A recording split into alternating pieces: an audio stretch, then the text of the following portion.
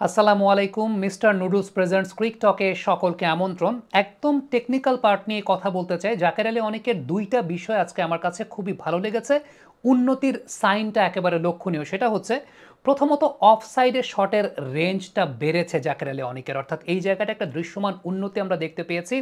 Normally Zaker Ali অনেকের ব্যাটিংয়ের একটা অন্যতম বড় লিমিটেশনের জায়গাটা আমরা যেটা বলি সেটা হচ্ছে অনেক বেশি মাত্রায় অনসাইড ওরিয়েন্টেড প্লেয়ার। আমরা দেখতে পাই যে যেহেতু জাকের আলী অনেক সাফল করে অফ স্ট্যাম্পের অনেক বাইরে চলে আসেন, বোলারকে আগে থেকে একটা ইন্ডিকেশন দেন, বোলারও তাকে আউটসাইড অফ স্ট্যাম্প বল করে ডিসিভ করেন এবং তার ক্যারিয়ারের ইনিশিয়াল স্টেজে, এই বছরই তার ডেবিউ হয়েছে, ইনিশিয়াল স্টেজে আমরা দেখেছি যে ওই আউটসাইড অফ স্ট্যাম্প বা ওয়াইড আউটসাইড অফ স্ট্যাম্প বলগুলোতে অফসাইডে শটের রেঞ্জ খুব বেশি না হওয়ার কারণেই কিন্তু অনেক ক্ষেত্রে তিনি ডিসিভড হয়েছিলেন। সেই জায়গাটাতে উন্নতির জায়গাটা লক্ষণীয় এবং সেটা ওয়েস্ট ইন্ডিজের সঙ্গে ওয়ানডে থেকেই আমরা দেখতে পেয়েছি যে একটা তো বিষয় রয়েছে স্ট্রেইট লং অফ রিজনটা ব্যবহার করা, আরেকটা বিষয় হচ্ছে cover, extra cover, backward point, ওই জোনগুলো ব্যবহার করা। দুটো ক্ষেত্রেই জাকের আলী অনেকের শটের রেঞ্জ বৃদ্ধি পাচ্ছে আস্তে আস্তে, সেটা আমরা খুব ভালো মতো লক্ষ্য করছি। এবং এই ম্যাচটা যদি আমরা চিন্তা করি ৭২ রান করেছেন এবং সেই জায়গাটাতে অফসাইড দিয়ে বাউন্ডারি হাঁকিয়েছেন মোটামুটি ৫টার মতো, আমি যতদূর গুনলাম এবং ম্যাচ যতক্ষণ দেখছিলাম। আপনারা পর্দায় তার বাউন্ডারিগুলো দেখতে পাচ্ছেন অফসাইডে। এবং এই জায়গায় দুইটা বিষয় লক্ষণীয়, সেটা হচ্ছে এর আগে ওয়ানডে সিরিজের সময় একটা বিষয় আমরা দেখেছিলাম যে ওই যে সরে শাফলিং করে যাচ্ছেন এবং অনসাইডে লেগ সাইডে টানার চেষ্টা করছেন, বোলারও কিন্তু বুদ্ধিদীপ্তভাবে ওয়াইড আউটসাইড অফ স্ট্যাম্প বল করছেন।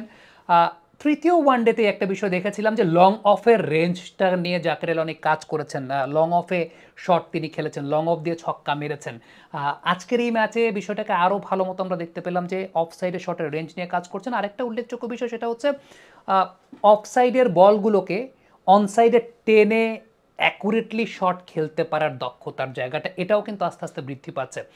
এতদিন যে বিষয়টা লক্ষণীয় ছিল যে বোলাররা যে সময়টায় তার দুর্বল জায়গাটা আইডেন্টিফাই করেছেন, আফটার দ্যাট বিষয়টা এরকম ছিল যে অফসাইড শটের রেঞ্জটাও একদমই পোর ছিল, একদম জিরো লেভেলের ছিল। আর দ্বিতীয়ত ওই অফসাইডের বলকে অনসাইডে টেনে খেলার সবসময় এক্সিকিউশন পয়েন্টটাও খুব বেশি অ্যাকুরেট থাকতো না। সেই জায়গাটা তো একটা বেশ দৃশ্যমান উন্নতির জায়গা দেখা গেছে।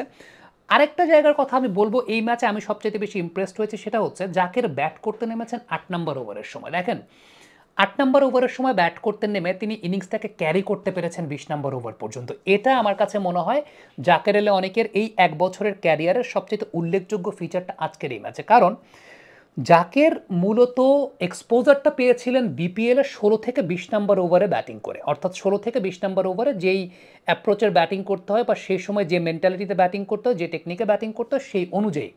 প্রবলেমটা যেটা তার জন্য হচ্ছিল যে বাংলাদেশ টিমে আসার পর তাকে ব্যাট করতে নামতে হচ্ছিল ৭-৮ নম্বর ওভারে, যেটা আলটিমেটলি একটা হোল্ডিং রোল প্লে করতে হয় ওই সময়টাতে। ওই সময়টাতে একটু টেকনিক্যালি অনেক বেশি মাত্র সাউন্ড থাকতে হয়, সিঙ্গেলস ডাবলসের উপর স্ট্রাইক রোটেশনটা মেনটেন করতে হয়, আফটার দ্যাট ১০-১২ ওভার থেকে এক্সেলারেশনে যেতে হয়।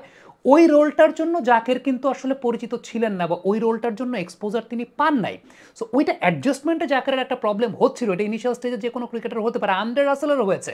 ইভেন আমি একটা পরিসংখ্যান মাঝখানে আপনাদেরকে দিয়েছিলাম যে আন্দ্রে রাসেল বা দীনেশ কার্তিক যখন তারা ১২ ওভারের পরে ব্যাটিং করেন তখন তাদের গড়টা যত ১২ ওভারের বা ১০ ওভারের আগে বা ৮ নম্বর ওভারে যখন ব্যাটিং করতে নামেন তখন তাদের গড়টা খুবই পরিমাণ। আন্দ্রে রাসেলের ক্ষেত্রে সেটা দেখছিলাম যে তার এত বছরের ক্যারিয়ারে শুধুমাত্র এই বছরটা বাদে রাসেল যখন ৮ নম্বর ওভারে ব্যাটিং করতে নেমেছেন তার গড়টা মাত্র 6 পয়েন্ট সামথিং, ৬ সামথিং।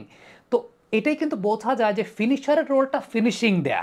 এখন ফিনিশার যদি ফিনিশিংয়ের অপরচুনিটিই না পায় সে ফিনিশিংটা কিভাবে দেবে? জাকেরের জন্য প্রবলেম যেটা হচ্ছিল, নামছিলেন তিনি এরকম ৭-৮ নম্বর ওভারে, টিকতে পারছিলেন না ১৬ বা ১৭ নম্বর ওভার পর্যন্ত। কিন্তু আজকের এই ইনিংসের ফিচারটা আমি এই কারণে অন্য সব ইনিংস চাইতে এগিয়ে রাখবো যে জাকের নেমেছেন ৮ নম্বর ওভারে, সেটাকে ক্যারি করেছেন টুয়ার্ডস 20 ওভার্স পর্যন্ত। সো এটা একটা ভালো এক্সিকিউশনের জায়গা ছিল জাকের আলী অনেকের।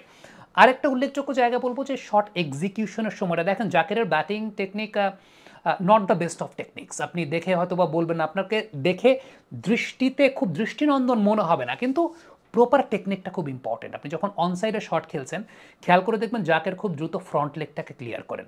ফ্রন্ট লেগটা ক্লিয়ার করা আমাদের ম্যাক্সিমাম ব্যাটারের প্রবলেম, যেটা অ্যাক্রস শেপে চলে যাওয়া। জাকের ফ্রন্ট লেগ ক্লিয়ার করে এবং ফ্রন্ট লেগ ক্লিয়ার করার সাথে সাথে টো পজিশনটাকে স্ট্রেটিশ রাখা। টো পজিশনটা স্ট্রেট ইস্যু, যেটা নিয়ে আমরা অনেক কথা বলেছি, বিশেষ করে টেস্ট ম্যাচ ক্রিকেটে বাংলাদেশের বাঁহাতি ব্যাটারদের সবচেয়ে উল্লেখযোগ্য প্রবলেমের জায়গাটা হচ্ছে টো পজিশনটা পয়েন্ট বা কাভার বরাবর চলে যায়। জাকেরের টো পজিশনটা স্ট্রেট ইস্যু, আমরা ওয়ানডের সময়ও সেটা দেখিয়েছিলাম। সব কিছু মিলিয়ে ডে বাই ডে উন্নতি করছেন জাকের আলী অনেক, এবং সেই উন্নতির জায়গাটা লক্ষণীয়। অনেক কথাবার্তা হয়েছে মাঝখানের সময়টাতে, আসলে আমরা একটা বিষয় ভুলে যাই। আমার কাছে মনে হয় যে সবচেয়ে উল্লেখযোগ্য ব্যাপার, জাকের কিন্তু 2-3-4 বছর ধরে ন্যাশনাল টিমে খেলছেন না, এটাই কিন্তু তার প্রথম বছর ক্যারিয়ারে। সো সেই জায়গাটাতে আমার কাছে মনে হয় একটা প্লেয়ারকে টাইম দেওয়াটা খুব ইম্পর্টেন্ট। সিলেক্টরদেরকে ধন্যবাদ জানাবো যে সিলেক্টররা জাকেরের ওয়ার্ল্ড কাপের সময় একটা ফেলিওর ছিল, সেই ফেলিওরের পরেও তাকে কন্টিনিউ করেছেন। ইভেন ইন্ডিয়ার সঙ্গে সিরিজে জাকেরের ফেলিওরের পর সবচেয়ে বেশি কথা হয়েছে, বাট তারা কন্টিনিউ করেছেন। এখন কন্টিনিউ করবেন না কেন? এটা তো এই ছেলেটার প্রথম বছর ইন্টারন্যাশনাল ক্রিকেটে। এখন আপনার তো ওই অপরচুনিটিটা দিতে হবে ওই ছেলেটাকে, তাই না? এখন প্রবলেমের জায়গাটা হচ্ছে আমাদের এইখানে যে আমরা ওই সব কিছুকে একটা মিক্স আপ করে ফেলি। বাট থ্যাঙ্কস টু জাকের, যিনি তার পারফরমেন্সের জায়গাটা ডে বাই ডে নিজেকে আপগ্রেড করেছেন, এবং ধারাবাহিকতার জায়গাটা অবশ্যই বজায় রেখেছেন এখন পর্যন্ত জাকের আলী অনেক। আরেকটা ছোট্ট পরিসংখ্যান দিয়ে শেষ করি। এই বছরটাতে বাংলাদেশি ব্যাটারদের মধ্যে 3 ফরম্যাট মিলিয়ে সবচাইতে বেশি হাফ সেঞ্চুরি মেহেদী হাসান মিরাজের 7টা, এরপরেই কিন্তু জাকের আলী অনেক, যার 6টা, এবং এই বছর বাংলাদেশের পক্ষে তৃতীয় সর্বোচ্চ রান স্কোরার 3 ফরম্যাট মিলিয়ে জাকের আলী অনেক। সব কিছু মিলিয়ে 3টা ফরম্যাটে ক্রিকেটে বাংলাদেশকে সার্ভিস দেওয়ার জন্য কনসিস্টেন্ট পারফরমেন্স তিনি করবেন, ভবিষ্যতে নিজের আপগ্রেডেশন বজায় রাখবেন, এই প্রত্যাশা অবশ্যই করছি। থ্যাংক ইউ ভেরি মাচ এতক্ষণ আমাদের সঙ্গে থাকার জন্য।